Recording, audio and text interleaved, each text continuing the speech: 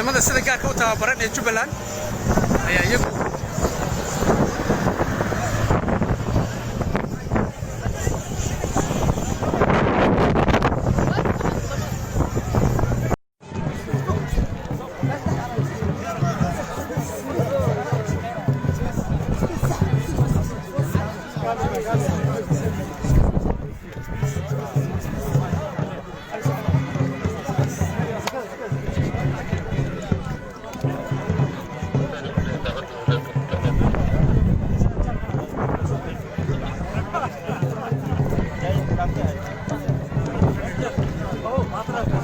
madaxweynayaasha Puntland, Jubbaland, Koonfur Galbeed ayaa maanta soo gaaray magaalada Dhuusamareeb ee caasimadda Galmudug waxaana garoonka Ugaasunuur ee caasimadda ku soo dhaweeyay madaxweynaha Galmudug Axmed Cabdi Kaariye Qorqor maamulka caasimadda wasiiro xildhibaano iskugu jira heer federaal iyo heer dowlad goboleed waxgarad iyo boqolaal kamid ah shacabka ku nool caasimadda Galmudug dhammaan madaxweynayaasha dowlad goboleedyada xubnaha ka dowladda federaalka Soomaaliya ayaa saacadaha soo aadan shir uga qayb gali doona magaalada Dhuusamareeb ka oo looga arinsan doono arrimaha doorashooyinka dalka Soomaaliya oo toobasho badan ay ka dhalatay sida loo wajahayo madaxweynaha Galmudug Axmed Cabdi Kaariye Qorqor ayaa ugu horeyntii warbaahinta la hadlay madaxda qeybaha kala duwan wafdiga madaxweynaha qayb ka ah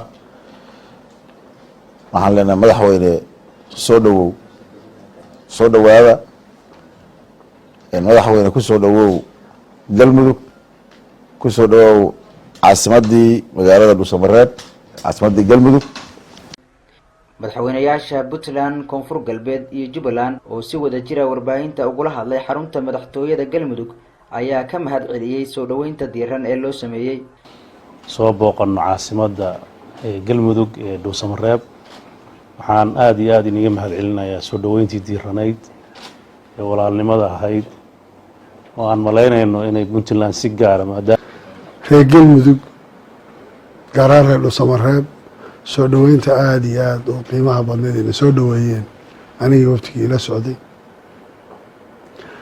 oo aan isleeyahay waxay ahayd waqti munaasaba xilli roobna da'ay qabowna uu jiro waan ka cudur daaranaynaa soo daahistaan soo daahnay iyo dadka inta badan garoonka joogay culaysku ku dhacay Galguduud iyo Dhuusamareeb iyo shacabka ku dhaqanbo assalaamu calaykum waraxmatullaahi wabarakaatu runtii aad baan ugu faraxsanahay inaan saaka nimaano magaalo madaxda dowlad goboleedka Galmudug ee Dhuusamareeb ammaanka guud ee caasimadda Galmudug ee Dhuusamareeb ayaa si weyn loo adkeeyay waxaana sugaya ciidamo isugu jira booliis nabad sugid iyo military Cabditax Yuusuf Maxamuud warbaahinta SBC Dhuusamareeb wafdiga ballaaran oo la socda madaxweynaha wasiirada xildhibaanada siyaasiyiinta iyo mas'uuliyiinta kale ee badan dhammaan waxaan leenahay soo dhawaada madaxweyne soo dhawow adii wafdigaaga aad baan ugu faraxsanahay waan kaga mahad celinaynaa inaad noo timaadeen la isugu yimid shirkii wada tashiga dowladaha xubnaha ka dowladda federaalka Soomaaliya ee ka dhacay caasimadda Galmudug ee Dhuusamareeb shirkaas oo aan rajaynayno inay ka soo bixi doonaan wax aayaha Soomaaliya u fiican waqtiga iyo xaaladda hadda lagu jiro oo dalku marayana ku aadan aan tashigiisina hadda uu halkaan ka furmay waxaan leenahay madaxweyne adiga ay wafdigaagu ku soo dhawaada Galmudug ku soo dhawaada caasimadii Dhuusamareeb waxaan leenahay maansho wanaagsan soo dhawaada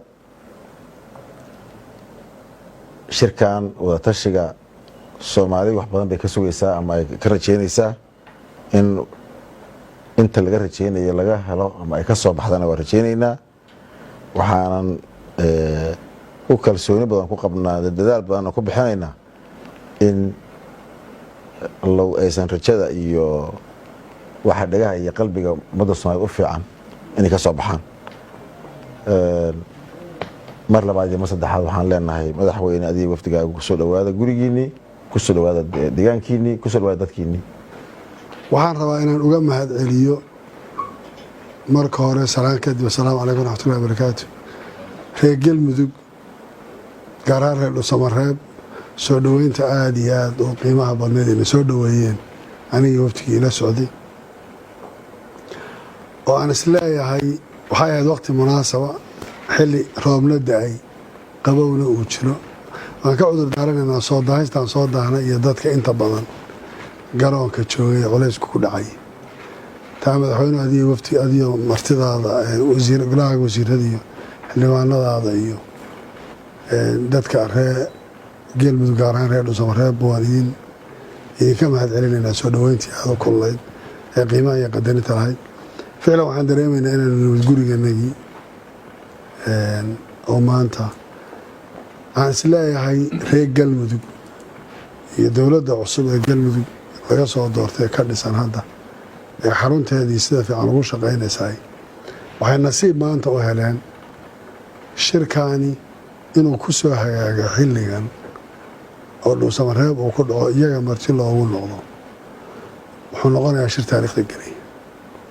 waxaad xusuusanaysaan xilligii garoowan iyo garoowatu iyo shirar la odhan jirayo wakhtiyo adag oo kala guuraha. soomaaliya maanta xaaladday ku jirta waan iska garanaynaa waqti iska yaro adag. waddan walibana markuu xaaladda doorasho usoo dhowaado waxaa iska bilowda karays siyaasadeed iyo waxbaa taagtaagma.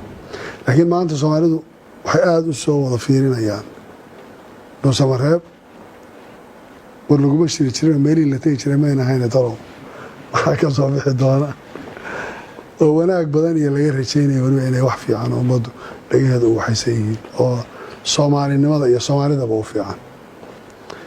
way idiin tahay idinkana wax fursad iyo taariikha inaad maanta shirkaa martigelisaan oo dowlad goboleedyada intay isugu yimaadaan maanta idinkoo weliba waqtigiinuna hadda cusbaa xaaladaad ku jirtaan iyo socod iyo madaxweynuhuna howlo badan hadda ku jiray iyagaan ururin lagu jiray inaad isa soo xilqaantaan ood kulli intaad soo ururisaan culayskaas oo idinku dhaco waxaa ka dhalan doonaa ka fiican. aad baan taas idinkaga mahad celinaynaa. waan rajaynayaa siduu walaalkay sheegay axmed shirkaan ay isugu yimaadeen madaxda dowlad goboleedyadu ma aha shir dhib iyo shar iyo muddo midna ka shaqaynaya. waa shir dastuurina ah xaggan haddii la fiiriyo ay xaq u leeyihin inay shiraan. ta labaadna ay yihiin odayaal mas-uuliyadda waddanku ay saaran tahay oo bal in la tashado oo laga tashado xaaladda waddanku maraya iyo maxaan horay tallaabo u qaadnaa. waana rajaynayaa insha allahu shirkaasi markuu furmo dadka soo fiirinaya soomaalidu dareenkay qabto inaanan riyadooda beeninaynin wanaagga ay ka filayaan inuu ka soo bixi doono haddii ilaaha yidhaahdo. aad baad u mahadsantihiin. waxaan u malaynaya war wuu dambeeyaayo war markii wax la isyiraahdaa wax lasoo sheegi doonaa. laakiin inaan idinka mahad celiyo intayada joogteen iyo dhismaha durba aad madaxtooyadii dhisteeneed tallaabooyinka hore u qaadeen aad baan idinkuna ducaynayna idinkuna hambalyeynayna shaqada fiican ad haysaan. waad mahadsantihiin. madaxweynaha puntland mudane siciid cabdulaahi deni golaha wasiirada mas-uuliyiinta kale ee wafdiga ballaaran madaxweynuhu hogaaminayo qaybta ka ah dhammaan soo dhowaada. madaxweyne soo dhowow.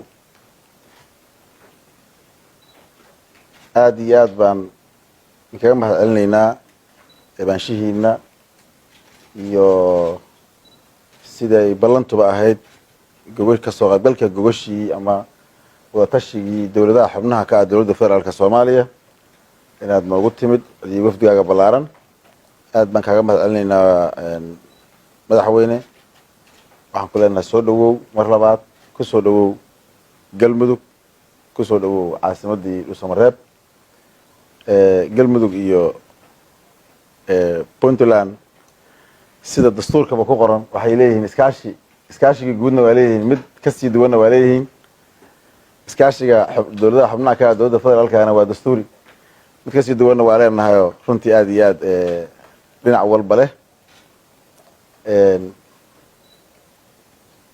wayna ku faraxsannahay fursad bayna noo tahay in la isugu yimaado gogashii wadatashiga dowladaha xubnaha ka ah dowladda federaalka ah taasoo aan kalsooni ku qabno ama aan rajo dhow ka qabno in ay wax badan ku xalismaan kana soo baxdo dan ummadda soomaaliyeed oo ku aadan weliba waktiga iyo xaaladda dalka uu marayo.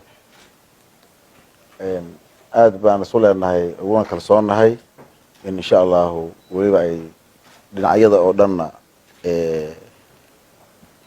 layska soo dhowaan doono.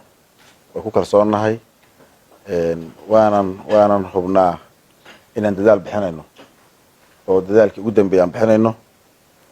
waxaan leenahay madaxweyne soo dhawow mar labaad iyo mar saddexaad iyo wafdiga sharafta leh kusoo dhawaada gurigiinii, kusoo dhawaada deegaankiinii. asalaamu calaykum waraxmatullahi wabarakaatu. madaxweynaha dowladda galmudug